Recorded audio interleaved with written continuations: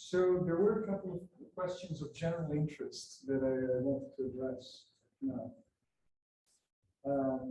One of which was programming, concerning programming and the projects here.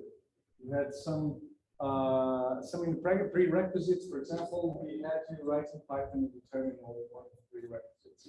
That's not going to be required here. The only thing that you're going to be interfacing with are the Jupyter notebooks. And so, like I said, that requires no installation of Python. And we use the following procedure. We ask you a question, we give you a space where you can contribute your answer, but underneath, if you just unhide a little block of code, you have a solution. We're not all coders here, and I have already presented we're not all coders. So if 70 to 80% of the people inside a class are not coders, the best way they can learn coding is by actually reading code and trying to do what they can and trying to think about what the solution would be, but really inspiring themselves through the code that is already written. So whenever I ask you to go through the projects, most of the time you're going to be doing no coding. You can, and we give you plenty of opportunities inside the project to do it, but you're not expected to code. Okay, so is this clear? I say it once again, I already said it before, but I just want to make this blatantly clear. We're not challenging on code. Question 2 was, exactly. So for the assignments tomorrow, so project 0 is now linked in the assignment that was open before and has no link before. That should take you about 1 hour to complete. Okay, the idea there is the same one as I just expounded upon that. So you go through it, you read it, you read the code, you execute the code cells by pressing Shift Enter. Right, so go through the instructions of how to use a collab. You go through that in the project. So that will, give you all the information. Here's the last from assignment. I just made it. Put them online now. So then you can go through the document in your own region. You're going to see how much it will be.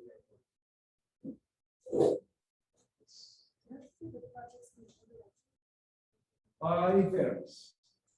It varies. No, but in the syllabus, I put orientation for myself or when I would like to apply it as a homework or as a main project for the class. Trust me, I'll tell you every time. Okay. So and then it will be, if it is to be done ahead of time, I'll give you an assignment. For example, project on graphs and projects on simple networks. You're going to be doing it. And it will be, there should be ample time. So I will inform. So only in the case that you need to do them ahead of time, I'll make them an assignment. Many times we're just going to be running them as we go. Okay. Were there other questions?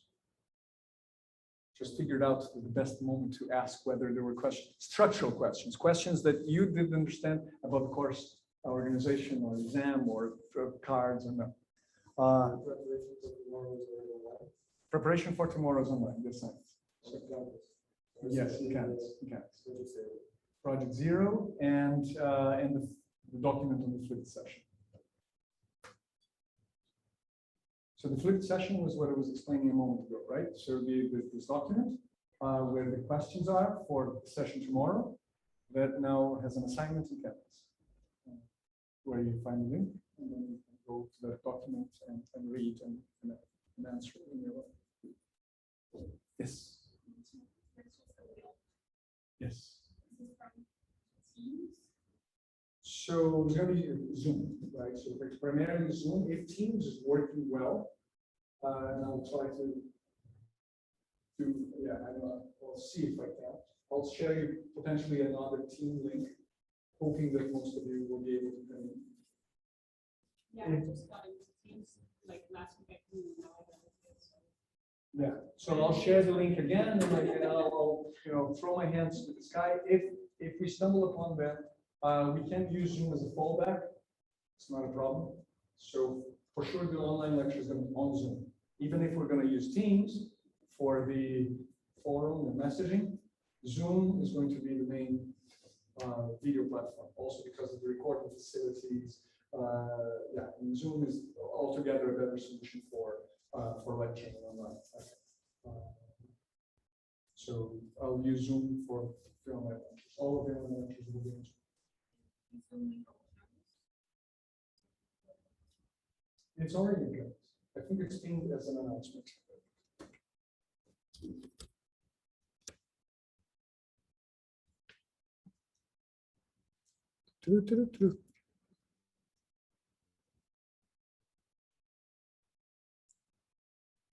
Ooh, wait a second.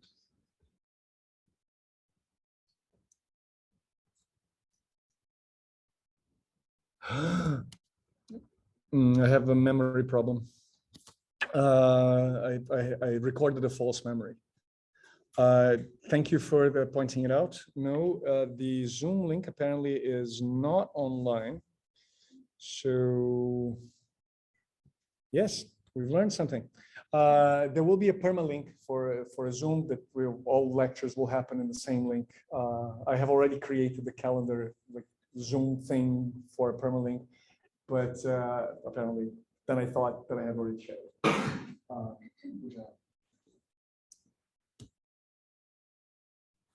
Okay, so let us begin.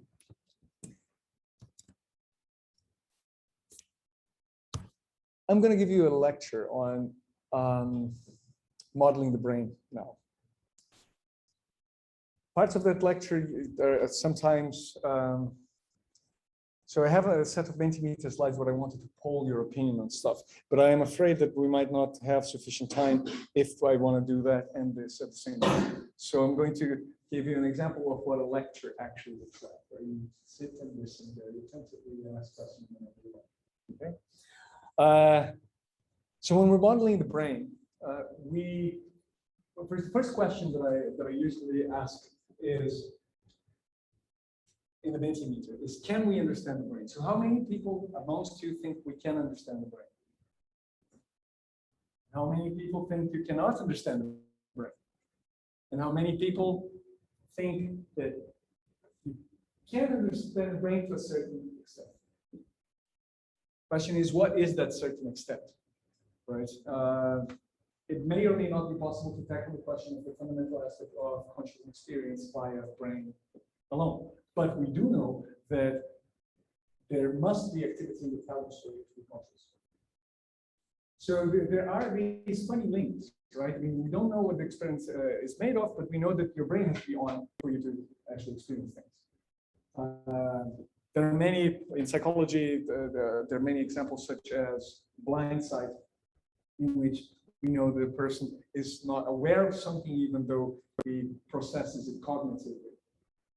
Blind sight is a disease in which a person thinks himself blind, but is able to appropriately grasp something that's on the form their hand in a way. And this happens because there is a bypass in the visual stimulus that goes directly into the sensory motor brain, and it happens not to leave sufficient material for awareness in the thalamus. There's big theory and literature in enveloping blind sight, but this is one of the reasons why we can keep cognition and brain processing apart. So, can we understand the brain to a certain extent? I think we all are convinced we can. When I make a lecture about modeling the brain, it means, okay, let us slice it. Let us look at what is it that the brain does. Let's describe it to ourselves, and let's try to figure out whether some of it we can do. For example, driving a car, right? An AI problem, but generally a more cognitive problem in which you receive a sensory stream and you operate meaningfully according to that sensory stream. It's something we do. And we might learn something about how it is done by inspecting how we do it. And we inspect how we do it also by neuroscience, by psychology, by looking, for example, at how pattern recognition works, or by looking at how illusions, visual illusions work. So we can understand via models part of it. A model sometimes actually gives us back what we need to understand. which language do we use when we want to understand the brain? We need to explain the brain, right? So to each other. So one language we can use is psychology, right? Or folk psychology to each other. It's not that bad of a theory. You know, it's been working at the level where we interact, but it doesn't really give us mechanistic understanding of, you know, this comes in, boom, this happens, and this comes out. That's what we would like to have. So for that, a language that gives us tangible formalisms that we can disagree upon is a great idea. Because we will then be able to expose what are the contradictions and paradoxes. So choosing a language. Which language should we use? Anyone would like to contribute a language in which brain explanation might be ushered? Can we explain the brain in terms of physics? It's multidisciplinary. So this good one. I was. Can we do it by physics then? And do they naturally interface each other? So if a physicist comes to you and tells you, okay, I can accelerate a proton to the near light speed. That speaks a lot about how the brain works. Yeah, but in the context of Yeah. So bringing the language close to the description, the physical substrate that we think matters. That's nice. So anyone would disagree? To what extent do you think we can use physics to understand the brain by itself? You do need it to be multidisciplinary because parts of brain function happen at a apparently, seemingly non-physical level. Would you agree with this statement? Anyone disagrees with the statement that there's part of what we are that doesn't seem to be neatly captured by physics? Doesn't seem to be.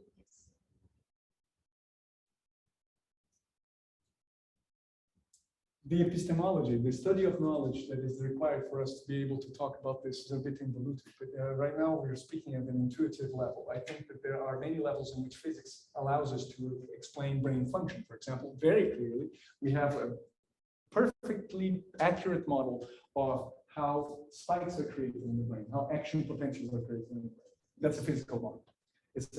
It's basically neuroelectronics. We use electronic knowledge to be able to explain when a spike will occur as a function of certain current. And that current comes from molecules that open certain channels that exchange some ion channels, exchange some ions, breaking a balance and creating an action potential. So we have a physical model of that. But does that physical model give us memory? And we have to assemble that in some way. And maybe we need some other logics that is not simply the logic of physics to assemble it, because we have them to talk about the things that we might remember. What can you remember? A pattern, right? Something. Can you remember, you know, you watch TV in an empty channel, you don't have this experience anymore, but so you look at each image, you will never remember each image individually. You will imagine that, remember the snow. No? So physics is great at encoding any pattern, but the brain is not. So these differences then will give us access to the language that we need. For instance, information theory, which is a subset of mathematics that studies how to convey information, but also alloyed to psychology and seeing like how many things can we remember at any given time. There was a paper some years ago, many years ago, called The Magical Number 7, which was about how many things you could remember. Now, this is a limitation of the brain that gives us information about what kinds of structures are compatible with that solution. So we actually have a constraint, and a constraint that is actually mathematical in nature, some more or less too. All right, so language. I think that it's just to motivate the question that, or the answer, that the models we need are somehow tangible, formal structures, real commitments with what we think is necessary, from physics and math to psychology. So if I need to record a pattern in my brain, I call it a pattern. What is a pattern? Well, that's what I'm calling a pattern. It's a subjective imposition, like an abstraction of the world that now becomes an exponent, the thing that has to be philosophical. All right, what are models? So this is actually one of the good ones that I can use here. So what is a model in your opinion? Let me find the mouse and then I can present this particular slide. I would like you to contribute your opinion of what is a model.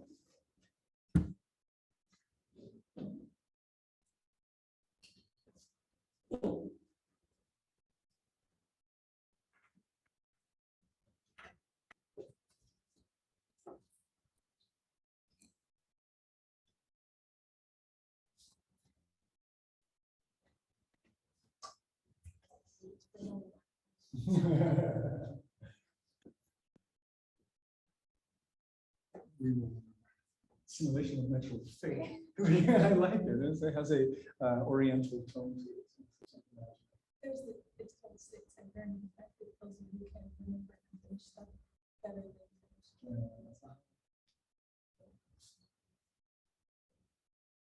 A representation. Since this is a word cloud, ooh, now you guys are doubling down on representation.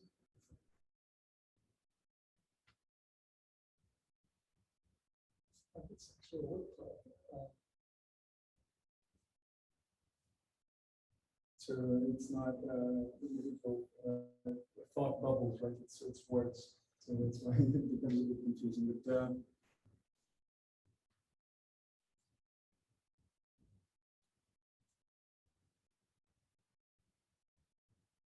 yeah, I guess that what do you represent about it? What do you represent? Does it have to be a natural form?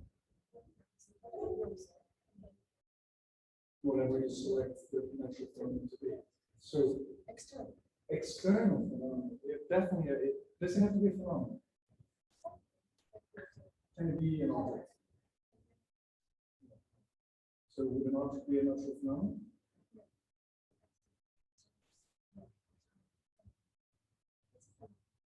Yeah, so this is really what we need to clarify to ourselves what are we trying to represent, right? So a model is a representation. Like a model airplane is a representation of an airplane, but it is not necessarily accurate in terms of drag forces. Or maybe actually. Now, so the question is, what do you want it to be accurate about? In fact, all of you said representation, or all of you, many of you said representation. Makes me want to remove this question from the next instance of representation. But I want to ask if anyone disagrees with the model.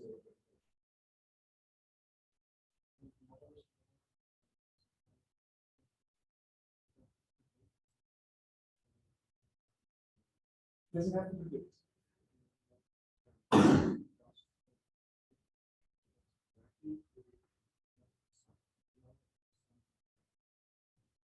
Yes, and so the scope of the prediction, say for example, the weather, right? So we have the theory of gases that tells us how pressure relates to volume and temperature, and we put gases together and make predictions about the performance, for instance.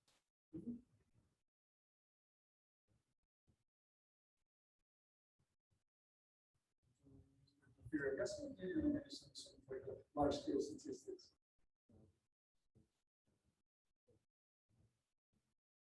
Yeah. So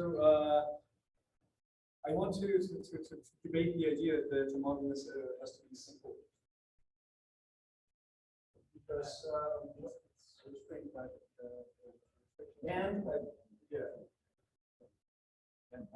and I also wanted to debate the idea that the model has to predict. Some models predict, some models are simple. They're not necessarily the same. So and which is agree that statistical model of the weather is a complex model. That's better at predicting the weather than a simple physical model of the moving gas.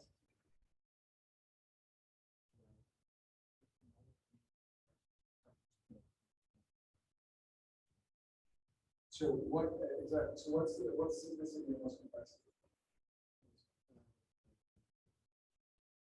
Okay. So it's good that we create definitions. And I don't think that these definitions are broadly shared. They're incredibly valuable. Some people think about simple models as equations. If these equations are simple, that's a simple model. But even if you introduce more elements to the model, that doesn't make the model more necessarily more complex, since the model itself is what the element. So just to undermine a little bit the notion that we might have that we have this all figured out by Einstein. Right? So the model has to be as simple as, but not simpler. The model has to be predictive, like Popper would say. The model can also be explanatory, something that we look into and we can use as a means to understand. A model can be complex in terms of how many elements you're adding at the same time, but it also can be simultaneously simple as a function of the elements. In any case, I think in all of these, they are representations. So there's nothing to disagree about the fact that it is a representation. And we choose at what level we want to represent. Anyone disagree with that? No. A discretization of the phenomenon. That's also discretization is in the sense of outlining a little bit, I guess. So that's what's meant. Who actually contributed to that discretization of the phenomenon? Would you care to expand?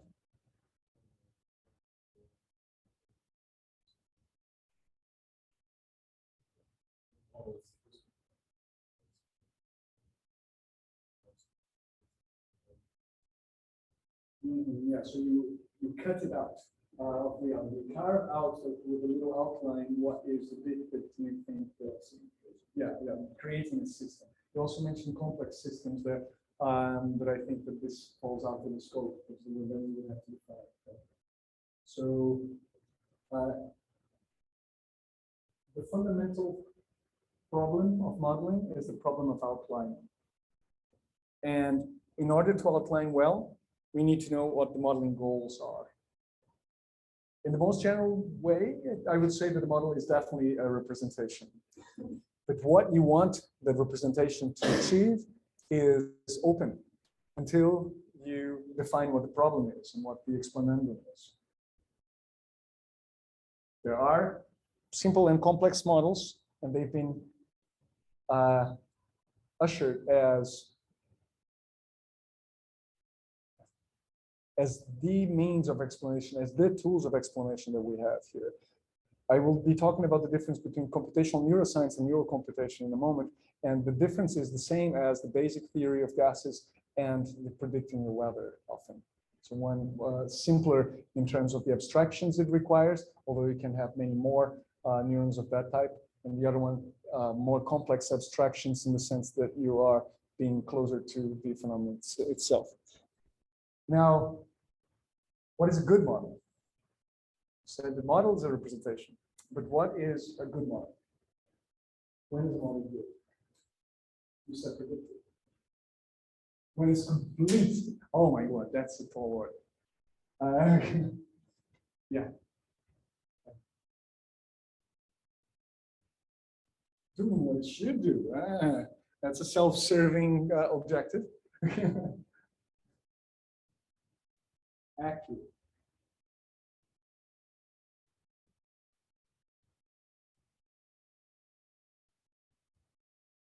A good model is purpose. Has a purpose. Has a purpose or is a purpose? Has a purpose. It's flawless. It's like a crystal.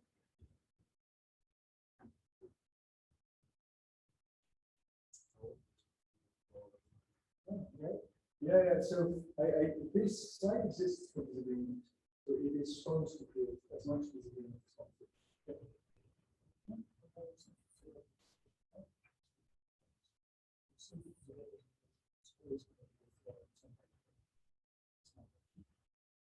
That goes back to basically addressing his concept, right?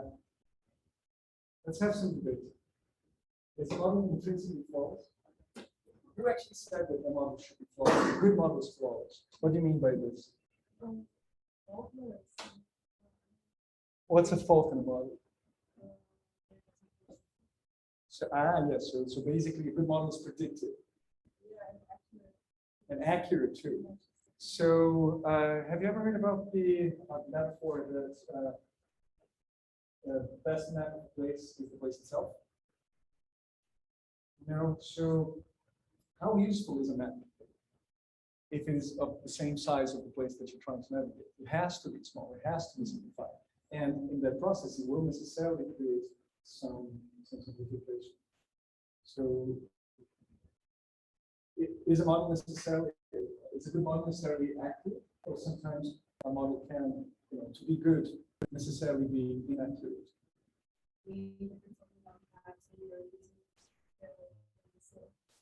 Yeah, that's not good because it's not good in the pocket.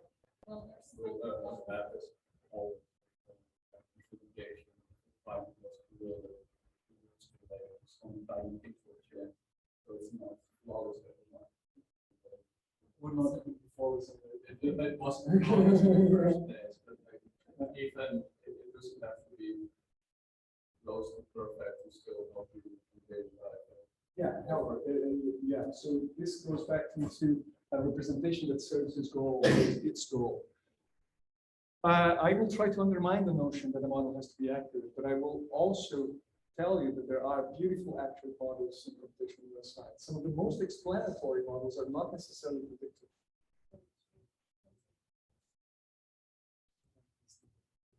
Essence of what? It depends on what you mean by what model has to explain. I'm not going to drill this down until the very bottom. It's just about creating the sense that there's something funky when we're having subjective descriptions and outlines of the reality that we like to call out.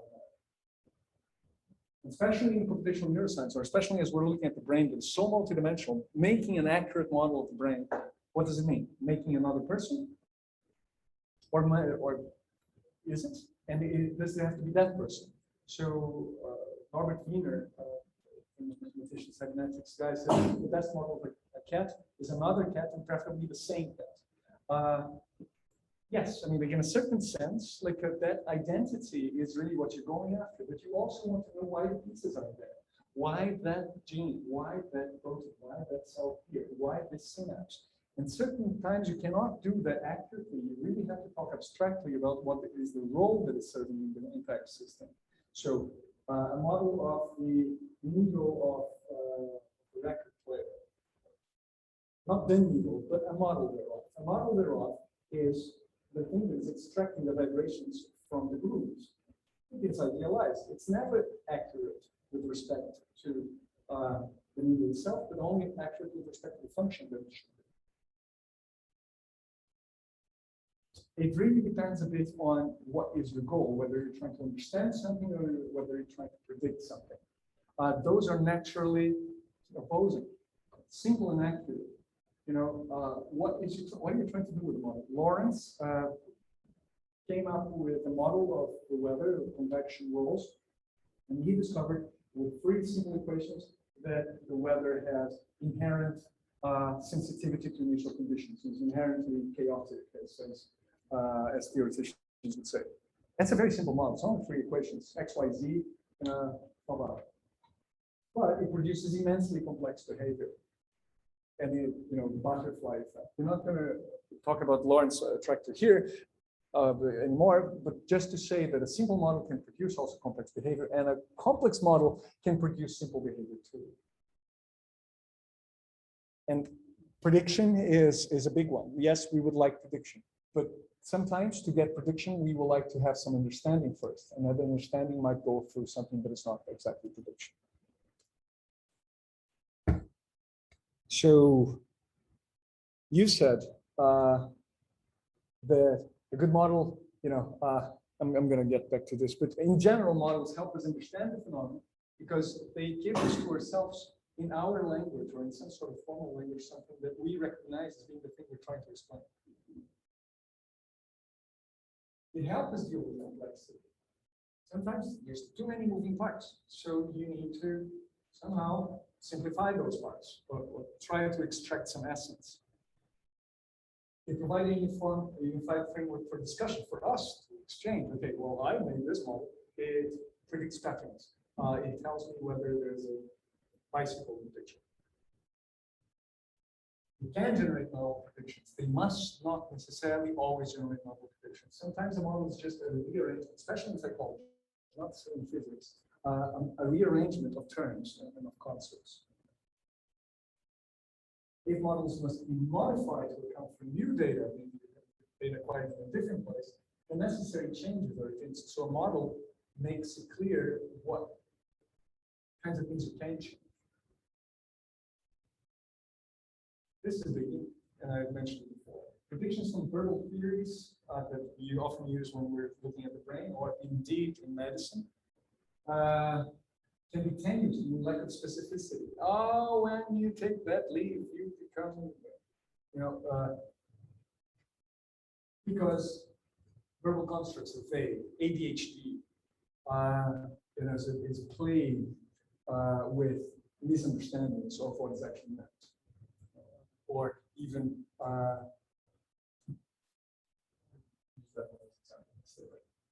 models allow for control and selection of relevant observables and hidden variables. So this is again the representation, our choices. A represents the total conductance of the sign channel. A represents the diameter of the sign channel. A represents the maximum diameter of the ion that crosses through. A represents the voltage difference between the intracellular and the extracellular potential of the food cell. If we make a good model,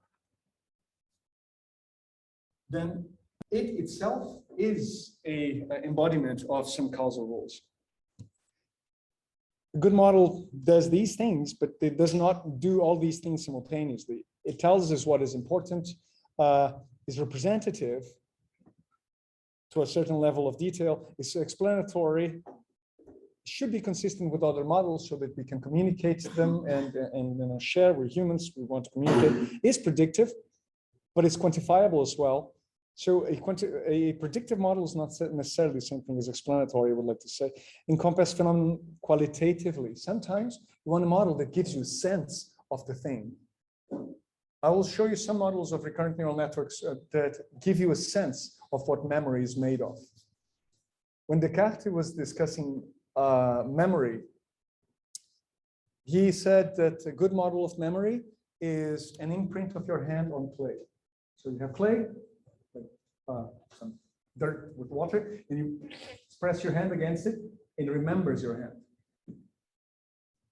Actually, there's more to that metaphor than you would like to agree.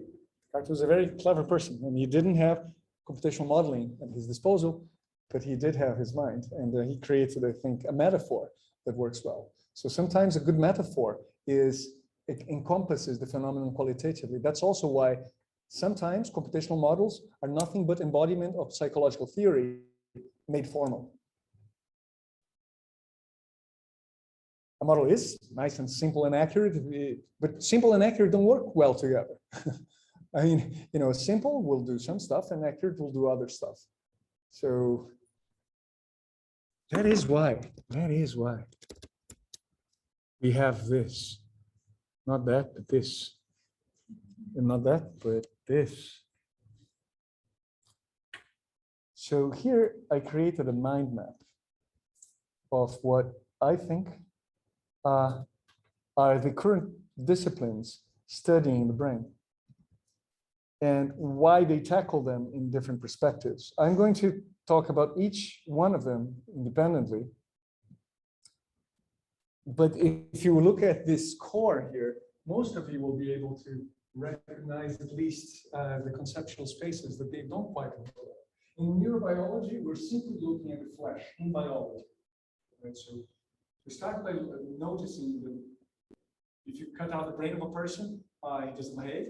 And if you open the brain of a person, there are neurons inside. And those are fundamental realizations from the field of neurobiology. At that moment, you start empirical science. And empirical science will create a certain number of observables that we will like to introduce and include in an overall explanation of what brain function will be. So this is basically what we observe that there are. So I wrote here that networks could also have, so it's more related to anatomy. But the main guy here is our friend the neuron. Now, in the other extreme, so this is very biological. To make a model of biology, you have to ask what is biology trying to explain. To make a model of the brain, you have to ask what is psychology trying to explain. What are the kinds of things we can do as humans? What are the kinds of things that we observe that brains always have? So, memory, navigation of environments or localization. I am here now, I know that I'm here now, and I can go from here to there. That's a cognitive ability that the brain embodies that we would like to explain via neurons. But in biology, we observe neurons.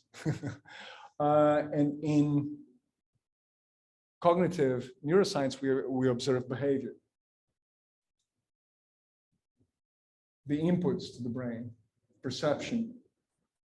And I have some other words there that are connected that we're going to talk about later, but these sometimes are examples. So these are, let's say, the non-modeling aspects of all of this. Now, let's say that you are Luigi Galvani, and in the 17th century, you discover that by putting some electricity in the in the legs of a frog, the frog kicks. And you want to explain that ability, mechanical ability. No? And I give you a powerful computer and all the power of physics. You will represent the system entirely, accurately, via the models of neurons that deal with electricity. So we are talking about the neuroelectronic model here, primarily. And we do this via simulations of the neuron, which is what we're going to be doing in the first 2 weeks. We're going to be looking into single neuron models and network models that embody the complexity of biology, that are trying to represent the neuron and the networks as we see them in the little green space there. So this guy is doing simulations of the physical matter. So they're simulations, honestly, of physics. They have differential equations that represent physical variables like the potential, the current capacitance that neurons deal with. Not necessarily at the molecular level, could be also at the molecular level. Accurate representations. In computational neuroscience, we look into accurate representations of neurobiology. I have another slide to build on that. With theoretical neuroscience, we do 2 things. We quantify and we explain. We create theorems too. So if everybody knows what a theorem in mathematics is, because I remember that was not completely clear to me before I started going into theoretical fields. Who knows what a theorem in mathematics is? Would you care to explain what a theorem is?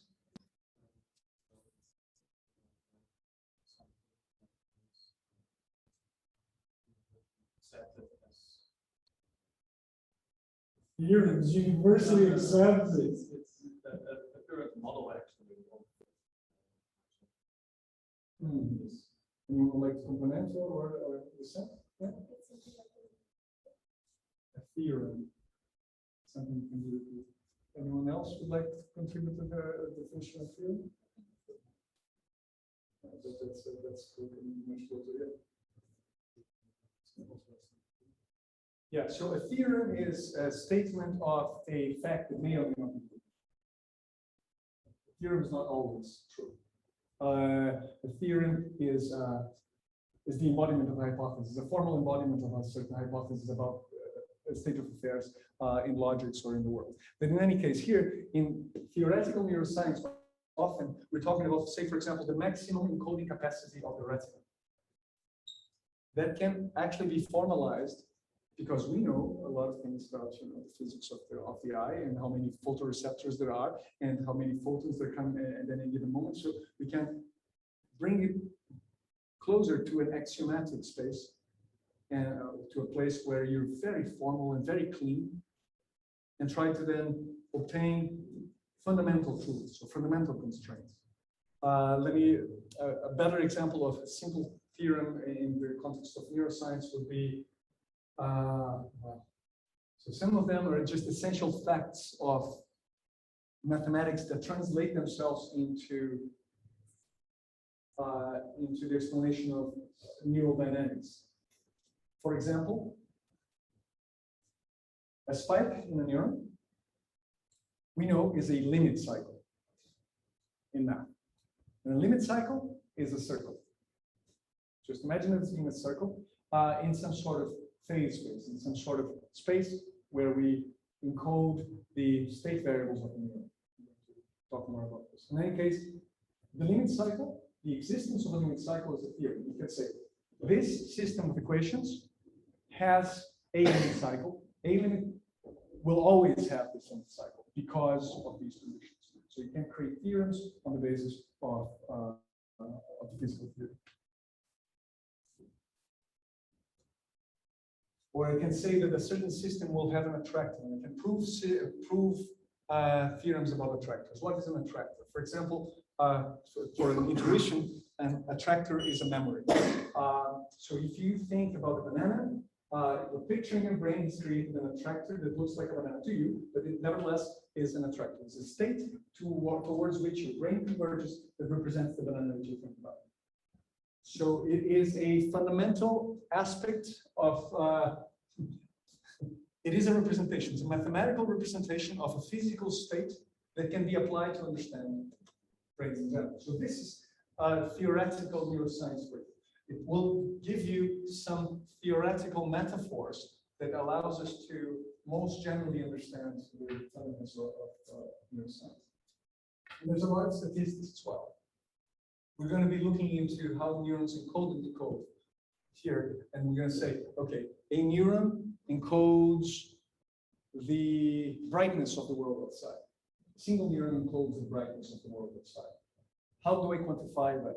Theoretical neuroscience will give me tools to do that. It will tell me, okay, so the information capacity of this neuron is this much. I can compute that. We're going to talk a little bit about information theory down the drain, but I want to give you the sense of what these fields deal with. And as for neural computation,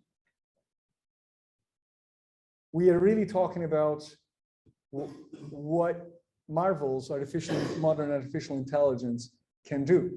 They are often metaphors, computationally embedded metaphors of cognitive function. It's the stuff that we like our computers to do for us, to, for example, recognize patterns, and that's the cheapest example I can come up, or generate patterns, such as generate meaningful speech. So those are functions that we would like to extract from us and give it to the computer. Now, clearly, a mostly accurate model of the artificial intelligence will do all of these functions together, right? So all of the functions that we saw in cognitive neuroscience, there will be one general AI machine that is going to combine them all under one umbrella. But this then brings us to the basically the offspring of what used to be connectionism. That's a word you might hear many times here in this course. Connectionism is a collection of theories that in the 70s started discussing or using neural networks to explain brain activity. Nowadays, many of these connectionist ideas have installed themselves into neuroscience just because they're compatible to each other. But in principle here, we have a different space of solutions. We have a different way of looking at things, a different class of models. This goes back to the slide we had just a moment ago. The slide one moment ago was not every model can do everything because we have different goals. And in this case, I'm saying the goals of these models are to emulate brain function. Because of those models are to emulate brain physics and dynamics and brain biology.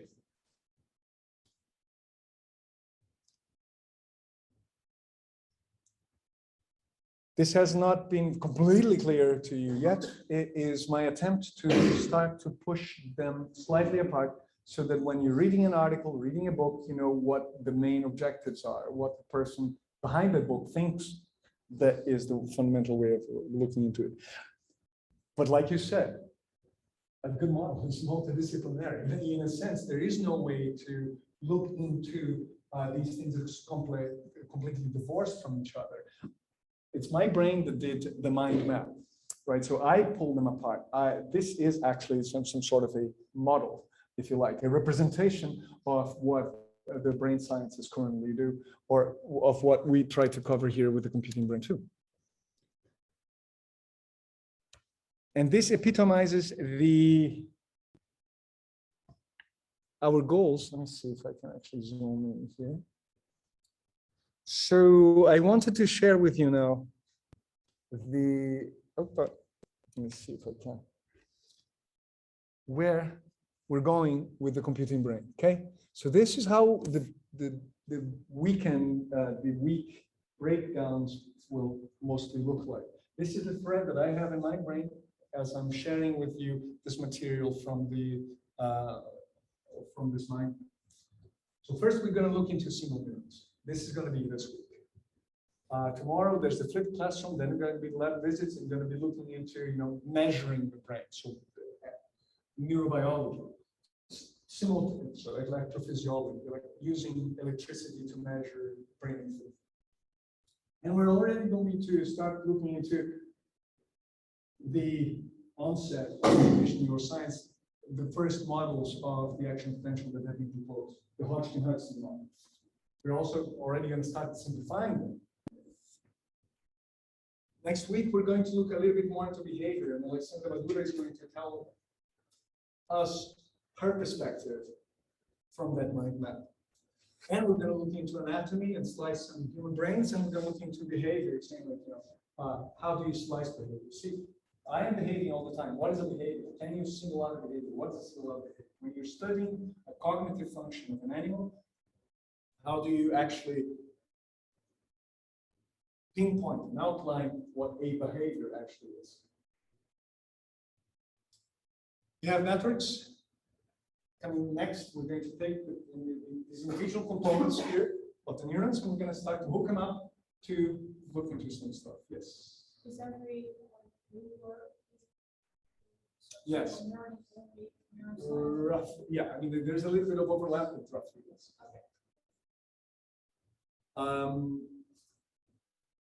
So then we're going to be looking into network models of, say, for example, integrated flyer neurons, and we're going to look into stuff like spontaneous activity neural networks. When neurons are having action potentials and map onto each other, they can create activity altogether. And that's not necessarily meaningful yet, but it's a great way to it's a model already of a model with certain objectives. Then we're going to look a little bit more into the only functioning brain example we have with respect to brain processing, sensation, what comes into the body. There's also quite a bit of sensation and perception here and motor behavior. So like this motor behavior will also be good. We're going to be talking about encoding into action potentials and decoding from action potentials and neural networks. We're going to introduce these explanatory concepts that receptive fields and tuning curves. Then we're going to look into how the brains change, both from a fundamental perspective, as in plasticity, as in how synapses change in biology, the neurobiology of change, and in terms of learning, which is concerted changes that express function.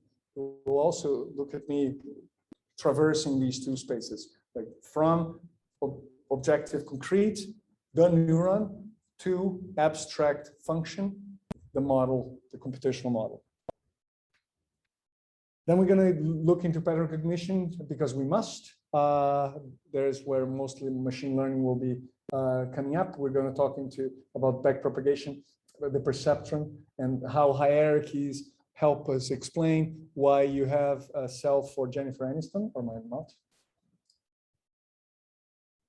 And then in the last moments, we're going to be talking about the basic models of memory and brain dynamics themselves, as we find in, and we're going to use all of these models that we've been accumulating to discuss then what we observe, for example, when we insert an electrode in someone's brain and say, move your arm, and then, magically the robot does it. So what are we decoding from the brain? What are we putting into the robot? And we're going to try to make that as formal as possible so as to convince you that our theories about action potentials and our models are not completely off.